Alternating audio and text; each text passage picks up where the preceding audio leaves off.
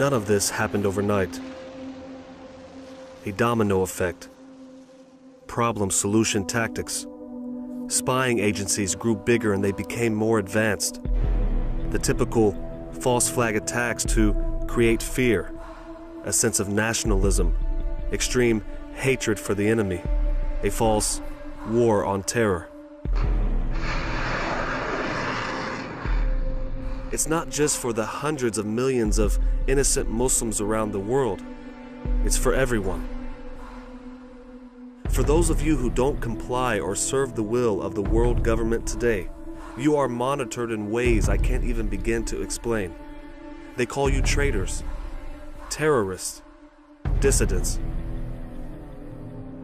Executive orders have been signed over the years that authorize the use of lethal force against you, the authority to detain you indefinitely. Proxy wars through the use of artificial intelligence and terrorism, economic sanctions, war rhetoric. It has become common in our time. But with the latest revelations of AI being used by intelligence agencies, the mobilization of forces within the United States and all over the world, we have to start asking some questions. Has Big Brother, that was depicted in the Orwellian future in 1984, spun out of control? I started to realize that it's just a data collection point, that they're collecting and storing as much data off the internet and telephone networks that they can. Who are the Five Eyes? And has artificial intelligence given them the ultimate scrying ball and technology they needed to form minority reports and log us on virtual kill lists and in future FEMA prison camps? Is the U.S. Department of Homeland Security partnering with international entities to prepare for martial law in the United States? In this documentary series, we are about to uncover a nefarious plan that presumably leads to an international globalist takeover of the United States and other Western countries on this planet.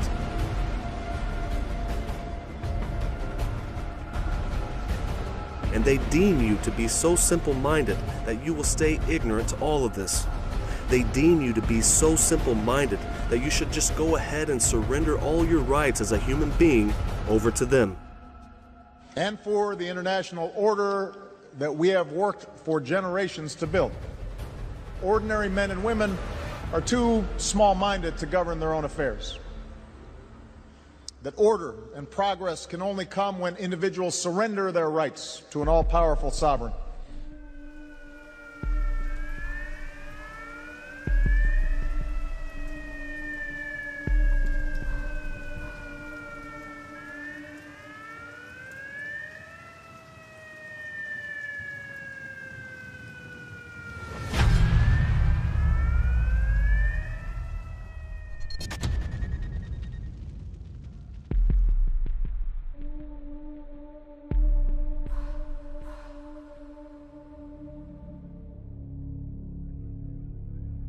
For over 3 decades, everyone has been talking about Big Brother. They believe that it would all lead to martial law and concentration camps. It's hard for any American to imagine concentration camps on American soil in this so-called 21st century democracy. The notorious gulags of Russia, the concentration camps of Nazi Germany.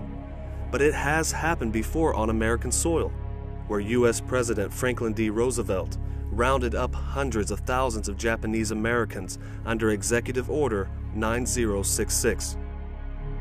What would you do if government officials knocked on your door and said you had 1 week to pack up your belongings and move to a government-run camp?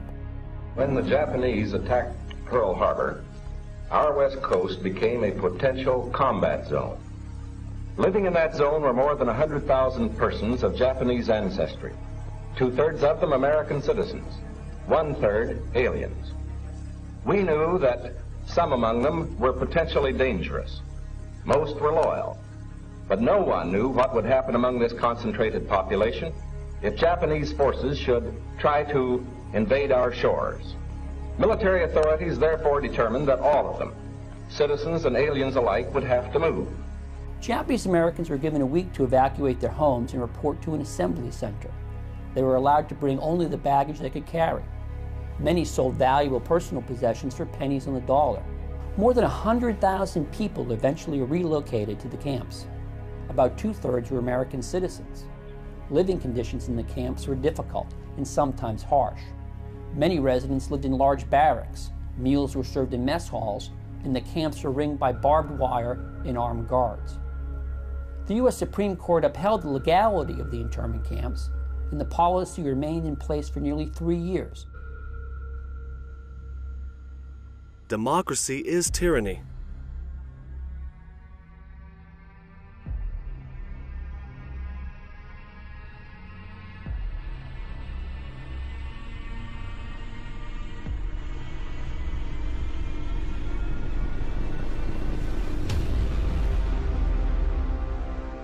The American government has established laws that permit the most extreme and perverse liberties today, while at the same time stripping away God-given human freedoms. The U.S. military has actively and with the most extreme force propagated this form of tyranny on nations all over the world. Sitting here now in 2018, it's clear to say that the world government has far surpassed the imaginations of authors who have propagated totalitarian agendas, like what was depicted in George Orwell's 1984, and especially those implemented by the Nazi Third Reich. These writers are critical to their campaigns of terror. They are the pen behind them, the word that controls the populations and gathers them toward their destructive cause. Writers such as the infamous Jesuit ghost priest known as Father Stempfel, who helped Adolf Hitler write Mein Kampf, the very book that was used to take complete control over Germany. It's strange flash-forwarding to today and reading articles on AOL titled, "Hitler Expert Says President Trump Pulls from Mein Kampf to Normalize Tyranny." The Independent also released an article claiming that Donald Trump is using Mein Kampf as a playbook. But what isn't strange, and it's actually perfectly clear, there is a connection between Jesuit speechwriters and initiating tyranny. Thomas Paine wrote the pamphlet Common Sense, and it is stated, if you study historians relate that the pamphlet Common Sense was the writing that brought about the Declaration of Independence. In fact, Thomas Paine uses that phrase in Common Sense. Paine wrote that nothing can settle our affairs so expeditiously as an open and determined declaration for independence. What's interesting is that Thomas Paine at that point was not even an American citizen. He was an Englishman. He was in England, and he met Benjamin Franklin. Paine also published the Crisis Pamphlet series, which were read aloud by George Washington to his troops. On Paine's tombstone is written that Common Sense was the pamphlet that stirred the American colonies to independence. It reads that John Adams said, "Without the pen of Paine, the sword of Washington would have been wielded in vain." Then below it reads, "History is to ascribe the American Revolution to Thomas Paine." So right there on his tombstone, they're openly ascribing the American Revolution to Thomas Paine and saying that at a literary level, at the level of setting forth a philosophy and the ideas, Paine's contribution was equal to that of George Washington, really. Once the revolution was over, Paine then published his true thoughts about Christianity and the Bible. He wrote, "When I see throughout the greater part of this book, the Bible, scarcely anything but a history of the grossest vices and a collection of the most paltry and contemptible tales, I cannot dishonor my Creator by calling it by his name." While some have accused Paine of being an atheist, his defenders are quick to point out that he most certainly believed in a God, just not the God of the Bible. It's no wonder that some of the U.S. presidents of our time, who were known for secretly holding these ambitions, have signed executive orders to make these things possible, and they all had Jesuit speechwriters. Nixon, Reagan, the Bushes, and Obama, placing all of the buttons on the table for Donald Trump. But he's stable enough to not push them, right? Now, I don't know that we're going to make a deal. I don't know. We might not. But it would be much easier for me to be so tough. The tougher I am on Russia, the better. But you know what? I want to do the right thing for the American people. And to be honest, secondarily, I want to do the right thing for the world. If Russia and the United States actually got together and got along, and don't forget, we're a very powerful nuclear country, and so are they. There's no upside. We're a very powerful nuclear country, and so are they. I've been briefed, and I can tell you one thing about a briefing that we're allowed to say because anybody that ever read the most basic book can say it. Nuclear holocaust would be like no other. They're a very powerful nuclear country, and so are we. We have to ask, is this 21st century democracy moving towards a 21st century Inquisition? Did the Third Reich really end, or did a more deceptive and sinister Fourth Reich begin? Lately, there's been a lot of rhetoric comparing certain politicians to Adolf Hitler. The concern, supposedly, is that a Nazi-style regime may be rising in America. That process, folks, however, began a long time ago. In fact, following World War II, the U.S. government actually recruited Hitler's employees, adopted his protocols, embraced his mindset about law and order, slowly implemented his tactics, and began to lay the foundations for the rise of the Fourth Reich. Sound far-fetched? Well, listen up, folks. It's all documented. As historian Robert Gelately recounts, the Nazi police state was initially so admired for its efficiency and order by the world powers of the day that Herbert Hoover, then head of the FBI, actually sent one of his right-hand men, Edmund Patrick Coffey, to Berlin in January 1938 at the invitation of Germany's secret police, the Gestapo. The FBI was so impressed with the Nazi regime that, according to the New York Times, in the decades after World War II, the FBI, along with other government agencies, aggressively recruited at least 1,000 Nazis, including some of Hitler's highest henchmen. All told, thousands of Nazi collaborators, including the head of a Nazi concentration camp, among others, were given secret visas and brought to America by way of a program called Project Paperclip. The militarization of local and state police forces, orchestrated by an intense, highly complex spying apparatus being operated by some of the most advanced technology and artificial intelligence out there, is becoming more intrusive and far-reaching each day. Biometric recognition systems, satellites, drones, cameras, malicious malware on smart devices, millions of agents roaming the world, and since around 2010, an era of AI that has grown at an alarming rate, nearing the point of no return. Remember Total Information Awareness, the program that was led by John Poindexter, the old shadow warrior under the government administration of Reagan and on down through the years? You know, it was set up after 9/11, supposedly to catch terrorists by spying on all Americans completely. Here's their really creepy logo you may have seen that shows an all-seeing eye on top of a pyramid looking at the entire globe with its gaze. The thing that's most dangerous is, and it's the hardest to kind of wrap, kind of get your arms around because it's not a physical thing, is kind of a deep intelligence in the network. He said, well, what harm could a deep intelligence in the network do? He said, well, it could start a war by doing fake news and spoofing email accounts and fake press releases, and just by manipulating information. The pen is mightier than the sword. Basically collecting all that data. Microsoft, Google, Yahoo, Facebook, Paltalk, YouTube, Skype, AOL, Apple, and this is what they're getting. They're getting emails, video and voice chats, videos, photos, stored data, file transfers, you name it. You can feel it. They are watching you, hearing you, analyzing you, gathering and storing the most personal information about you, producing algorithms that predict potential outcomes of your habits, your moves, your associations, and your whereabouts with alarming accuracy. You are a virtual prisoner in a digital enslavement camp you don't even know about. Bill Gates, they said he's concerned about it. Elon Musk said it's akin to summoning the demon. Do you think you're building the thing that will enslave us all, or do you have a rosier outlook? I was just waiting for when this question was going to get asked. Got to give the people what they want. So I'm glad that these questions are coming up because I do think this is going to be an issue down the road.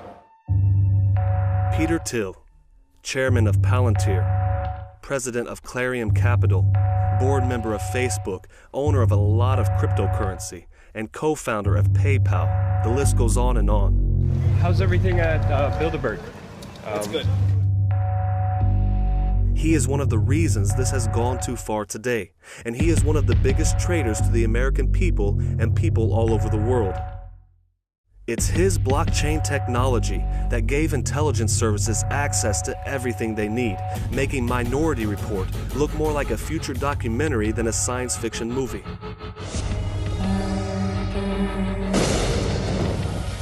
Okay, Jad, what's coming? Double homicide, 1 male, 1 female. Killer's male, white, 40s. Set up a perimeter and tell them we're en route.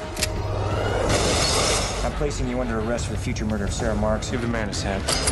With President Obama launching an offensive to take down the Islamic State and terror threats rising in Europe, Australia, and potentially right here in the United States, could technology be the key to stopping the next major attack? PayPal co-founder and venture capitalist Peter Thiel, the co-founder of another company called Palantir, certainly thinks so. I spoke with Thiel about the technology behind Palantir and whether it could help stop the next 9/11. Take a listen. Do you think that Palantir could stop the next 9/11, or has it already? Something like Palantir is the key to stopping major terrorist attacks. I don't think we're going to do it by projecting military force throughout the world. I think we will do it by sort of very cleverly uncovering these conspiracies before they come together. Some have expressed concern that your clients could actually use Palantir to do evil things. Do you worry about that? The CIA, NSA, FBI, and other intelligence services around the world are looking to Thiel and Palantir to do their spying on the citizens of the world today. His work with U.S. President Donald Trump is becoming more and more apparent. One of the things I really want to illustrate to you as a viewer of how serious this is that Peter Thiel's company Palantir sells the intelligence software to the CIA, the FBI, the NSA, the Center for Missing and Exploited Children, untold law enforcement agencies, financial institutions. Peter Thiel is the frontrunner to become the chair of the President's Intelligence Advisory Board, a meta-intelligence entity that functions independently from the nation's spy agencies. So it looks like this man is being promoted to chair the President's new secret spy agency after he dismantles the Five Eyes. The Five Eyes Alliance was created in the aftermath of World War II to monitor enemy communications and share intelligence between its founding nations. It is now recognized as the largest spying network in history. So they were sitting there, how can we justify our existence? So you look around and say, well, there's this explosion in digital communications. And there's bad guys in there doing things. So this is our new target. In order to keep up with it, we have to have an ever-increasing budget. We need more and more people. That's how you build an empire.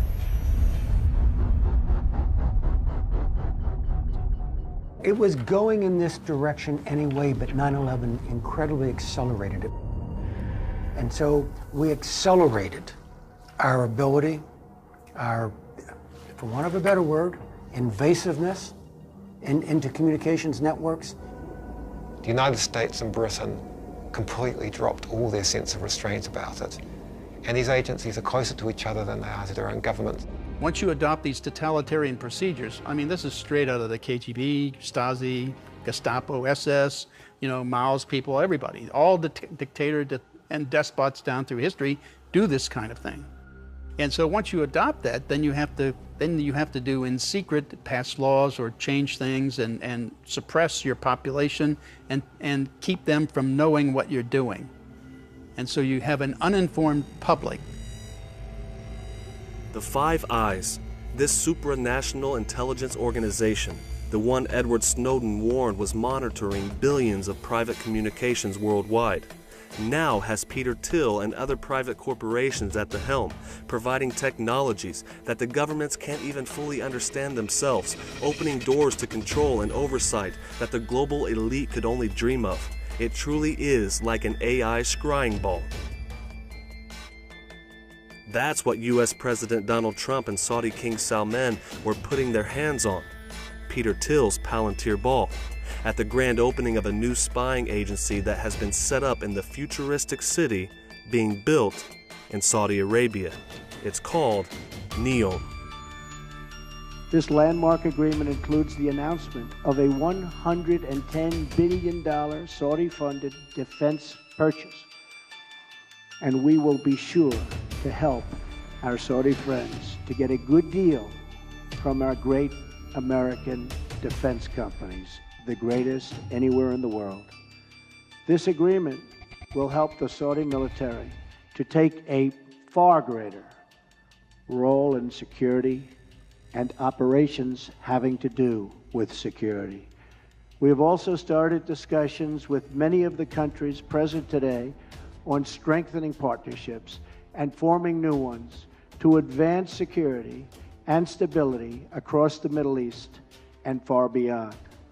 Later today, we will make history again with the opening of the new Global Center for Combating Extremist Ideology, located right here in this central part of the Islamic world.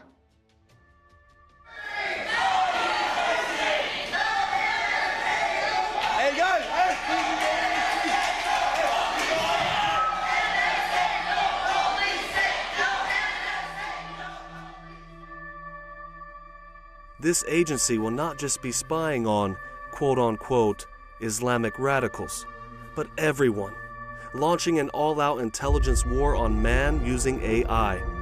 And now, credible scientists, researchers, and experts warn that this could soon get out of hand. A total enslavement, at least now we can say in the virtual world. But hey, isn't that where we spend the majority of our time? There are those who will say this will impact our lives outside the virtual prison. The prequel to The Matrix, The Animatrix, an animated series, warned us about the future of AI battling with mankind. And though we are only talking about intelligence agencies, the reason why The Animatrix is so shocking, this was released in the early 2000s, and the location they chose for the machines to build an AI city that would enslave man through consumerism, the markets, spying, and then eventually launching full-scale war on man, was a location on the Earth that was completely unexpected.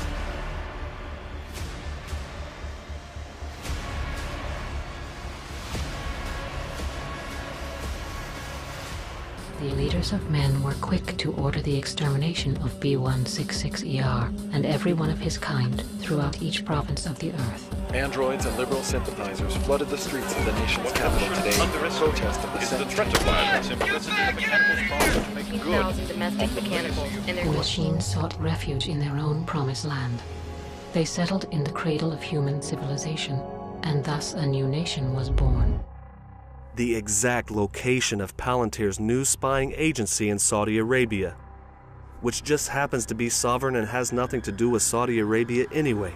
And while Peter Thiel's technology is enabling the globalists to apply the most invasive and extreme forms of control over us, he is spending millions of dollars on building mega bunkers under the ground in one of his home countries, the Netherlands, along with other elite in the know. You're in the middle of nowhere, rural Kansas, the site of an abandoned nuclear missile silo. Armed security patrol the entrance to a doomsday bunker that's reserved for the wealthy elite, and sales are booming. Since the election of Donald Trump, we've seen a whole new demographic of people calling in, people that didn't know we existed before. Larry Hall is the owner of the Survival Condo Project. These 16,000-pound doors lock you inside.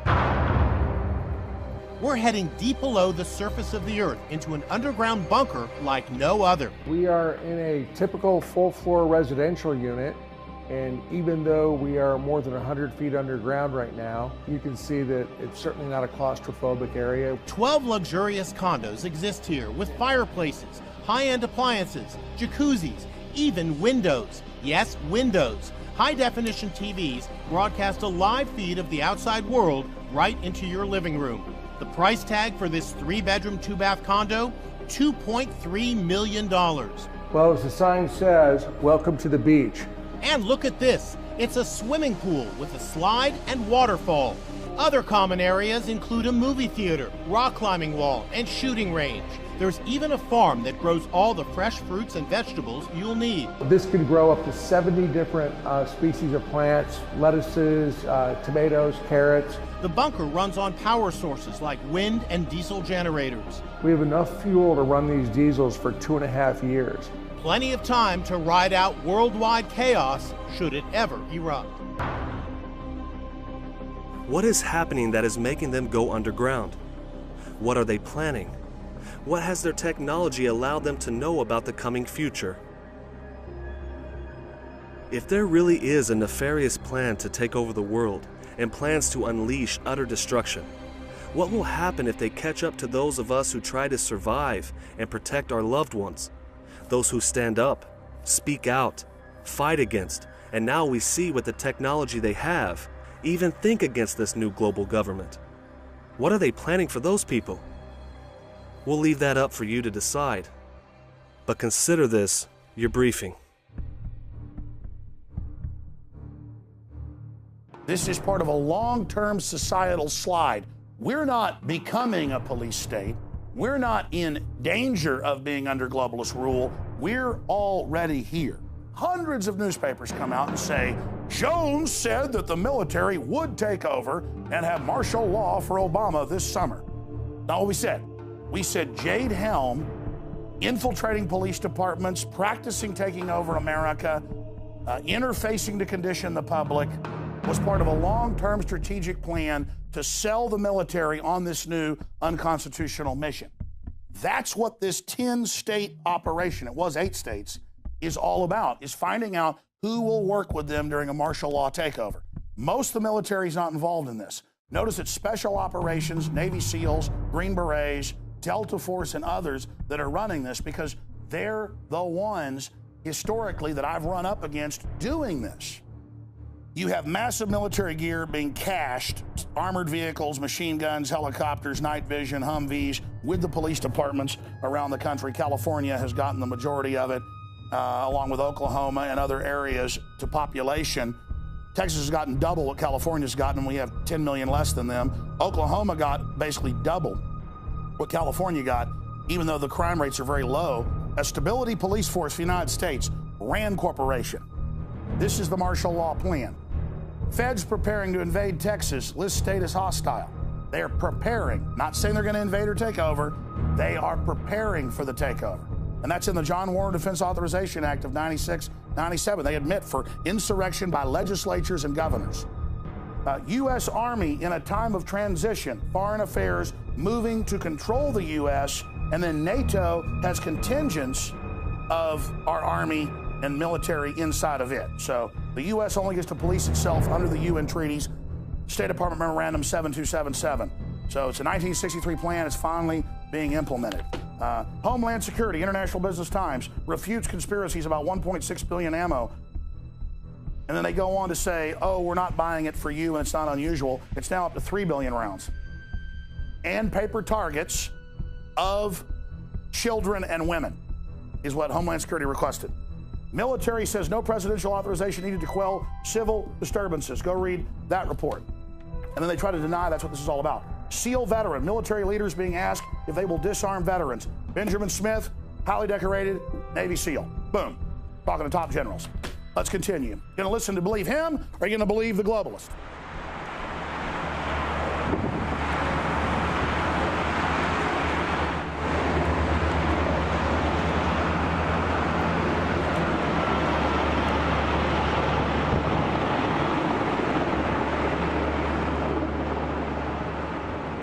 Black Hawk helicopters swarming the skies over U.S. cities.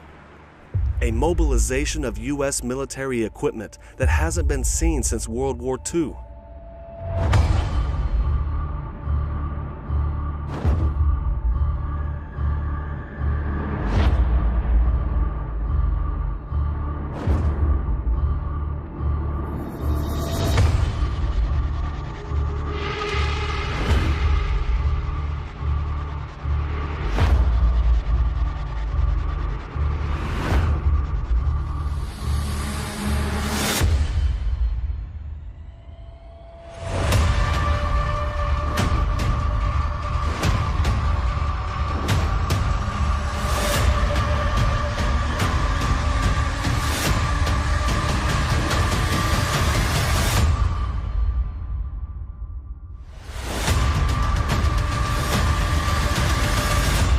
railhead in the region. So we service not only Port Irwin, but we also service 29 Palms, Camp Pendleton.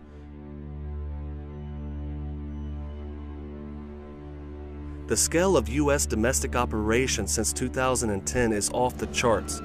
Training operations taking place all over the country with the pretense of training for overseas combat, but it has become clear to investigators and Americans alike, they are training for martial law. First up, it's all eyes on the sky. Live pictures now from Phoenix. For the second night in a row, military training exercises are underway around the valley. And within the last half hour, the Phoenix Police Department has confirmed to 3TV that they are supporting Department of Defense training around the city. As you take a look at some of the buildings downtown, what witnesses here are saying is that they were actually flying amongst the buildings, and now we know why. In fact, Phoenix PD confirming for us that the Department of Defense is conducting training exercises, trying to get military personnel certified in urban operations. Urban operations. And you were looking at footage of a massive martial law type military drill in Florida. This took place in downtown Fort Lauderdale. You can see the scale of this. Choppers everywhere, they're rounding people up in the streets. Downtown Miami saw the same thing. Not this big a scale, just a few choppers. Never marching people around in the street like this. The Jade Helm exercise is a 3-month-long training program involving 1,200 service members, including special forces from all 4 branches and Marine Expeditionary Forces, taking place across several southwestern states, primarily Texas. However, the little-known public knowledge has spawned several conspiracy theories, like using the exercise to lay groundwork for martial law, the wholesale confiscation of guns, and plans to convert old Walmarts into American concentration camps. It is known that America has incarcerated more people than any other nation in the world. Prisons are already full to the brim. If you look at the newest statistics, I think some of the findings are pretty jarring. In fact, we have 6.9 million people in the United States that are either in prison. 6.9 million people in the United States that are either in prison, on parole, or on probation. So who will be there for the millions of dissidents who will oppose these global initiatives if they take place? FEMA, the Federal Emergency Management Agency, helping people before, during, and after disasters.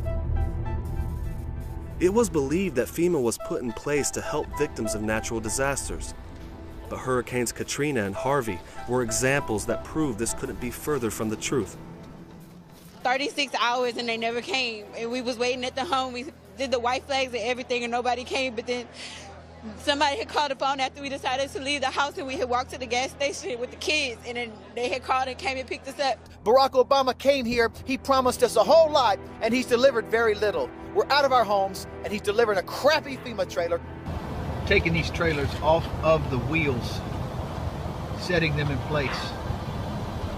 Got a $200,000 house sitting there with a $150,000 FEMA trailer in the driveway. Yeah, I mean, what are we doing spending all this time and effort 5 months after the disaster to build a manufactured home and set it in somebody's front yard? I mean, this is a catastrophe. And then they're forcing the people that apply for these FEMA trailers, they're forcing the flood victim to go out and borrow the money to fix their house. Meanwhile, giving them a $150,000 manufactured home to live in that they're going to take in 18 months. How much pressure were you put under to produce those trailers? Oh, incredible amount of pressure.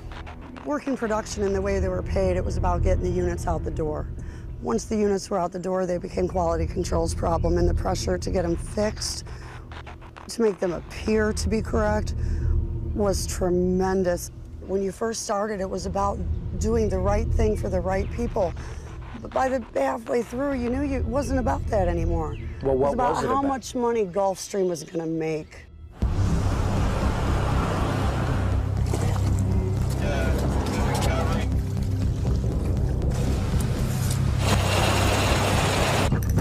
Police, open the door! They had AR-15s or M16s. They were pointing at us. They told us, put your hands up in the air. Let us see your hands. They're drawing down on me, and they let the looters run rampant for over a week? Are you kidding me? I really thought they were going to kill me. I really did. They didn't care what your rights were. They were going to deny them. You're letting the thugs get away with everything, and you're coming to honest, good citizens and taking away their protection, and it is wrong. Wrong. Wrong. But still, the order had been given for police and National Guard to go house to house, often with guns drawn, to evacuate residents and confiscate their firearms. No one will be able to be armed. We will take all weapons. It was a human drama with emotions and tensions running high. Patty Connie is still trying to recover physically and emotionally. They really did a number on me. From the day police forced her from her home. All that money and training, and they can't even get right a few weeks out of the year. How are they investing their money and time in training?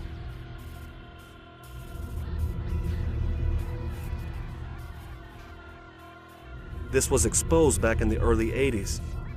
FEMA was established in 1979. It was not accepted by Congress, so U.S. President Jimmy Carter signed an executive order and made the Americans accept it anyway. Experts argue that natural disasters are just a cover for FEMA's real purpose, being an agency working for the Department of Homeland Security, along with multiple federal agencies, in conjunction with international entities.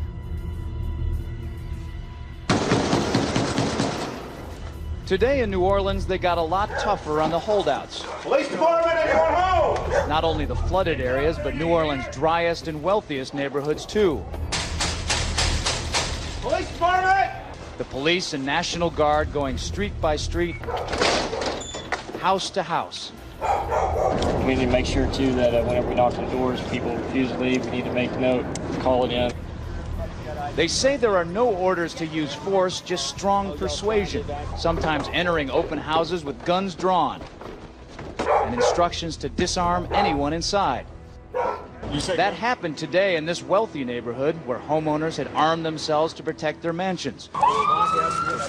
Residents were handcuffed on the ground. In the end, police took their weapons but let them stay in their homes. For many of the police and guard troops, it is an uncomfortable job to do this in an American city. This guard unit occupied a church, using it as a base camp. They had to leave a note because they could not get hold of the pastor to get permission. It is surreal. Yeah, you never expect to do this in your own country. Chris Montgomery says he'd rather be in Iraq than patrolling American neighborhoods. Walking up and down these streets, you don't want to think about the stuff that you're going to have to do if somebody pops around the corner. I mean, shoot in America. Yeah. And it is said they have a sinister plan to assume control over the United States. But is there any truth to it? It's expected to keep getting stronger. And because of that, the storm surge prediction is now up to 6 to 12 feet right near the path and just north of the path of the eye wall. Flash flood watches over inland areas, hurricane warnings in effect, Port Lavaca down to Corpus Christi and south of that. Here's the official forecast track from the National Hurricane Center. We shall propose further cooperative efforts between all the nations in weather prediction, and eventually in weather control. We shall propose, finally, a global systems of communication satellites.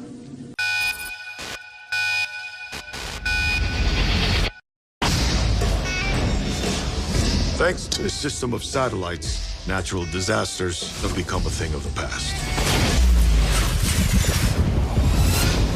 We can control our weather. Mr. President, one of our thermospheric satellites malfunctioned over Afghanistan. This wasn't a malfunction.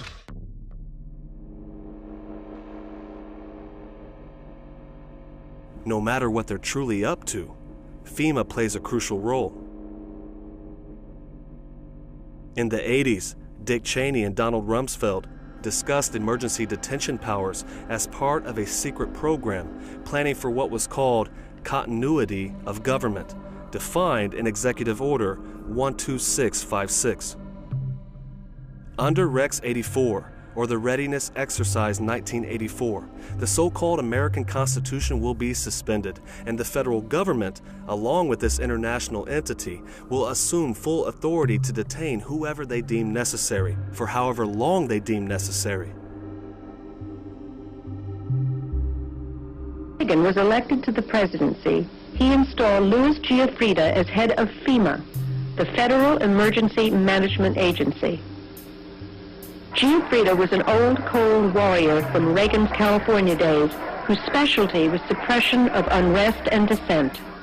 Giuffrida, North, and George Bush began to turn FEMA into an instrument of domestic anti-terrorism.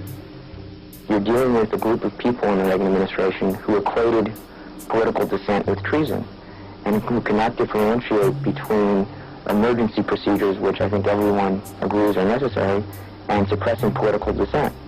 And with North and Poindexter and Casey, you had a group of people who saw Americans who disagree with them as the enemy. Now, the key has been, in their planning, has been a war. A war, you have a national, security emergency. You can declare martial law. You can take emergency measures in war that you can't argue in peacetime. And this is where they were heading towards the invasion of Nicaragua. And that's a horror unto itself. But I have the feeling that people miss the broader implications of this invasion when it happens. Now, the Christic Institute, this flawed affidavit, it has a segment on the Rex 84, the detention centers, the FEMA, the Federal Emergency Management Agency, which is part of this plan, which is to prepare detention centers and laws and an infrastructure across the country so that when they pull off the invasion, they will be able to sweep 400,000 people off the streets and throw them in detention centers. Colonel North, in your work at the NSC, were you not assigned at one time to work on plans for the continuity of government in the event of a major disaster? Mr. Chairman. I believe that question touches upon a highly sensitive and classified area, so may I request that you not touch upon that, sir. I was particularly concerned, Mr. Chairman, because I read in Miami papers and several others that there had been a plan developed by that same agency, a contingency plan in the event of emergency that would suspend the American Constitution. And I was deeply concerned about it and wondered if that was the area in which he had worked. I believe that it was. May I most respectfully request that that matter not be touched upon at this stage. If we wish to get into this, I'm certain arrangements can be made for an executive session. And tragically, the only member who got close was Jack Brooks. Now, this one I asked the FEMA people, the sober ones there, if they really had this documented, because we talked about this Rex 84 2 or 3 years ago, and the Spotlight had mentioned it, but it wasn't really proven. And they assured me, they said, yes, they have this one from top attorneys within FEMA who have admitted to it, and they got it documented. One thing we can say with full certainty, FEMA prison camps exist. Dick Cheney's company, Halliburton, confirmed that the government is engaged in a massive construction and preparation exercise to build concentration camps and prisoner facilities all over the country. And they should know, they built them.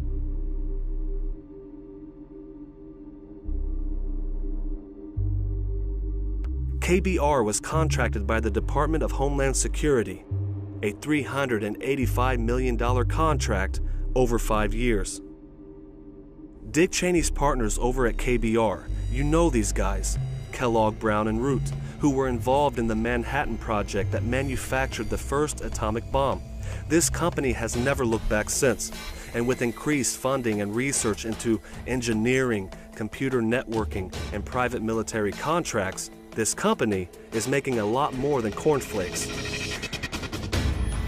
History proves that KBR is a corporation of death, and a corporation that is not afraid to follow through with its work.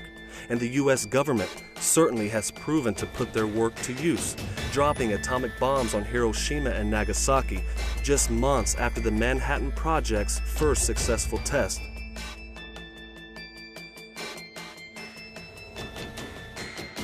By far the worst terrorist attack that has ever taken place.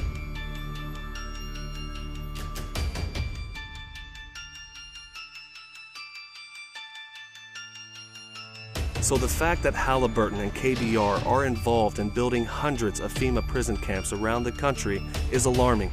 Their history should tell us something. They're going to use them.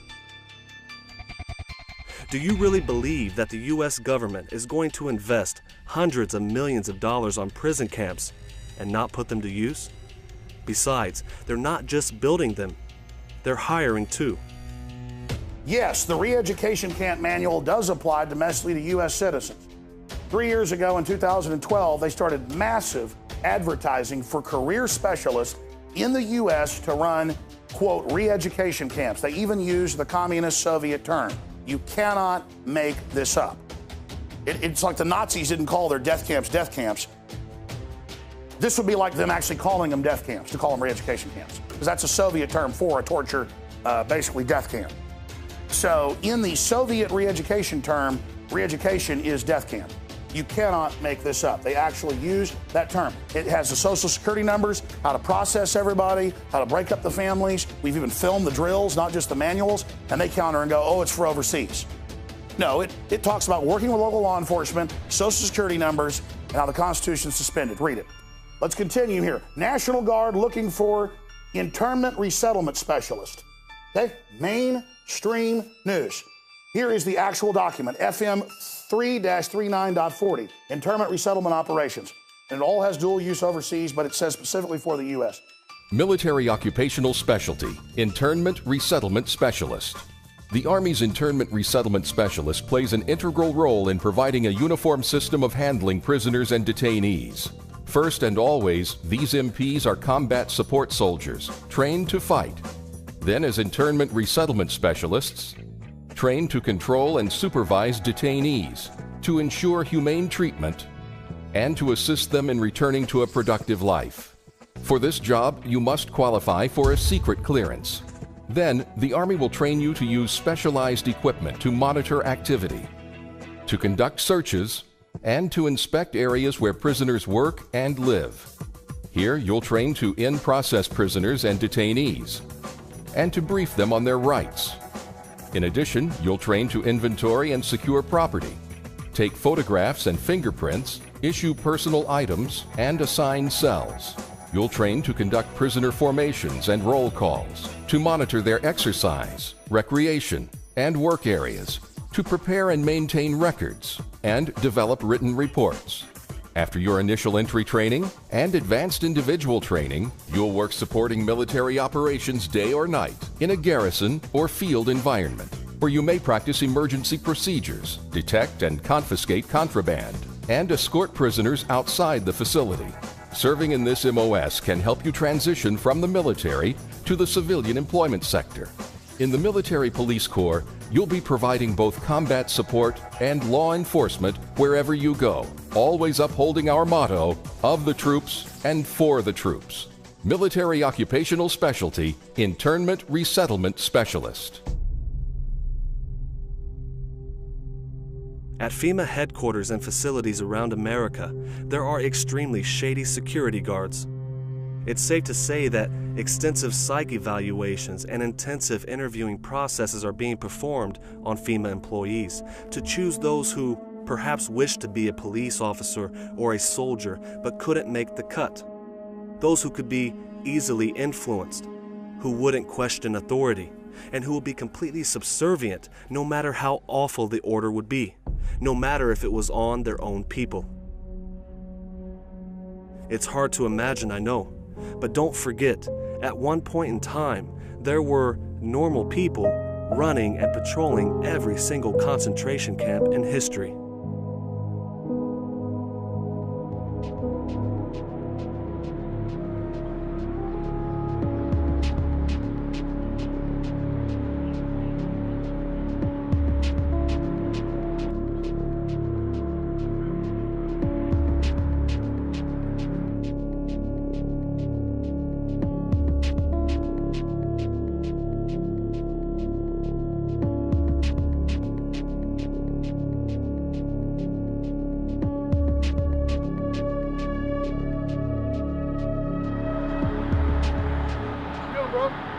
Doing pretty good. Say again? Said I'm doing okay. Are you with the press? Yeah. You take a picture of me? You're on camera. I look good? You're good. Can I help you? Nope. What press you with? I'm independent. Get your name? It is on my badge. I won't go after your name. Brent Sanders, independent. Okay. All right, thanks.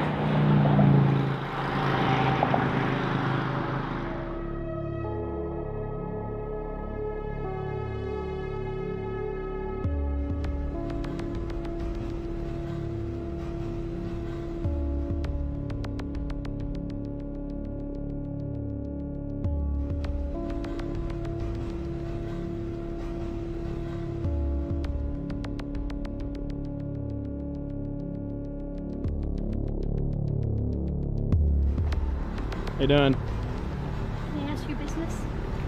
I'm just out here taking some pictures and video. Who are you with? Just myself. Independent media. You're with FEMA? Yeah. I'm with... Can I see that? Can I see your name and badge number? No. Is that not policy? You're not a public official? This is, you're on federal property. This is not federal property. No, this is not. But why are you taking pictures? I'm just gathering content for a story. Sanders? Will you take it down, please? Nah, this is for my protection, actually. I just wanted to get your name and badge number, if I could. Can I ask your business? I work security right here. Okay.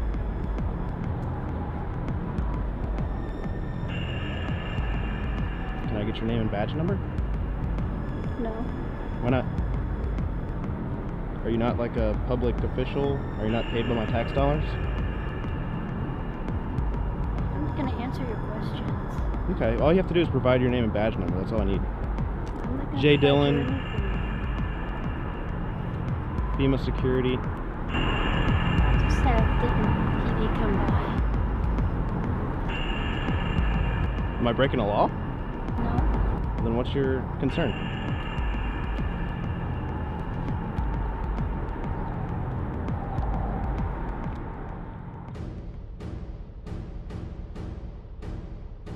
People want to know how big this is. Who are these camps for?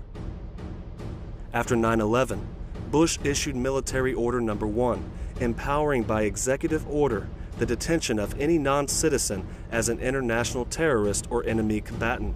Today, that extends to U.S. citizens, even on perceived threats, just like they did with the Japanese Americans before.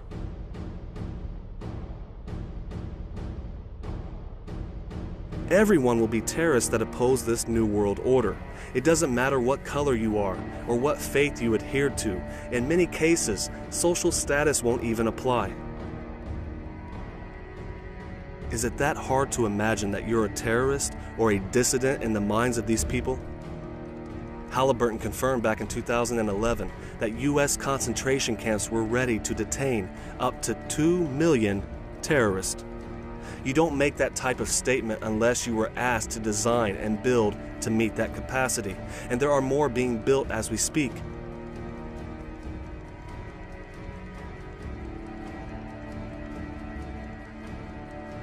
Not just in the United States, but more have been discovered in the UK as well.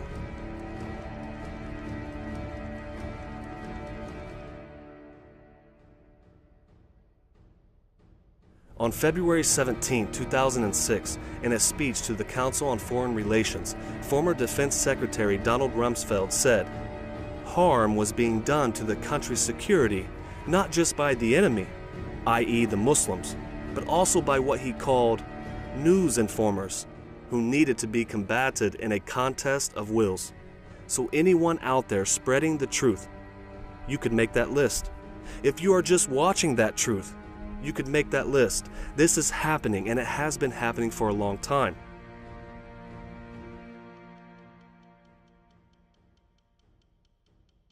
In the event of an economic collapse, world war, catastrophic natural or man-made disasters, massive power outages, civil unrest, chemical, biological, or nuclear attack, all of which seem to be an unfortunate reality in our time, there will be dire conditions, no doubt.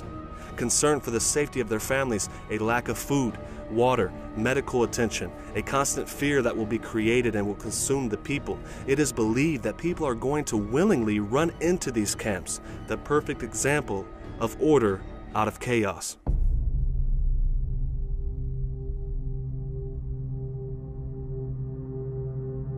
Hollywood has always been good for subliminal messages and foreshadowing events to come.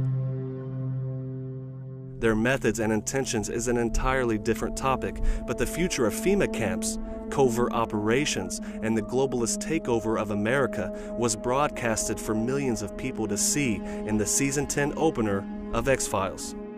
A darker objective. The takeover of America. And then the world itself, by any means necessary, however violent, or cruel, or efficient.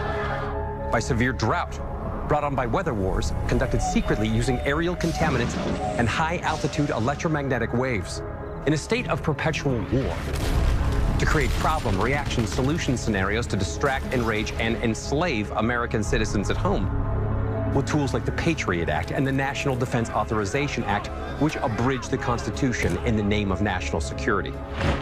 The militarization of police forces in cities across the U.S., the building of prison camps by the Federal Emergency Management Agency with no stated purpose, the corporate takeover of food and agriculture, pharmaceuticals and healthcare, even the military in clandestine agendas to fatten, dull, sicken, and control a populace already consumed by consumerism. And I encourage you all to go shopping more. A government that taps your phone, collects your data, and monitors your whereabouts with impunity. A government preparing to use that data against you when it strikes. And the final takeover begins.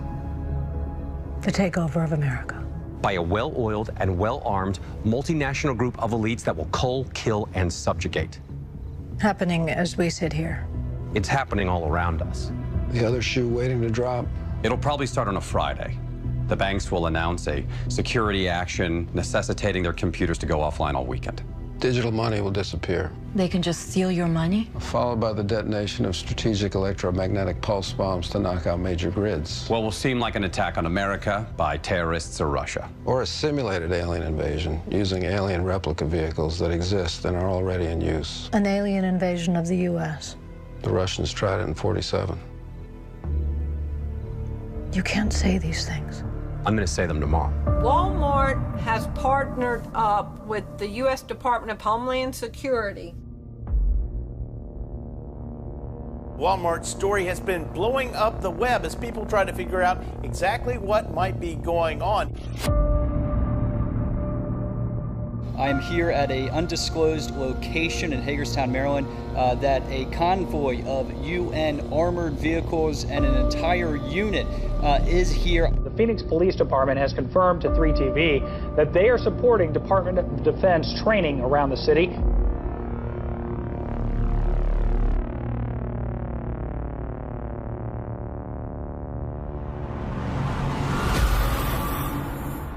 You got an underground roadway system here that runs all the way to Maine, to Washington, D.C., to Colorado.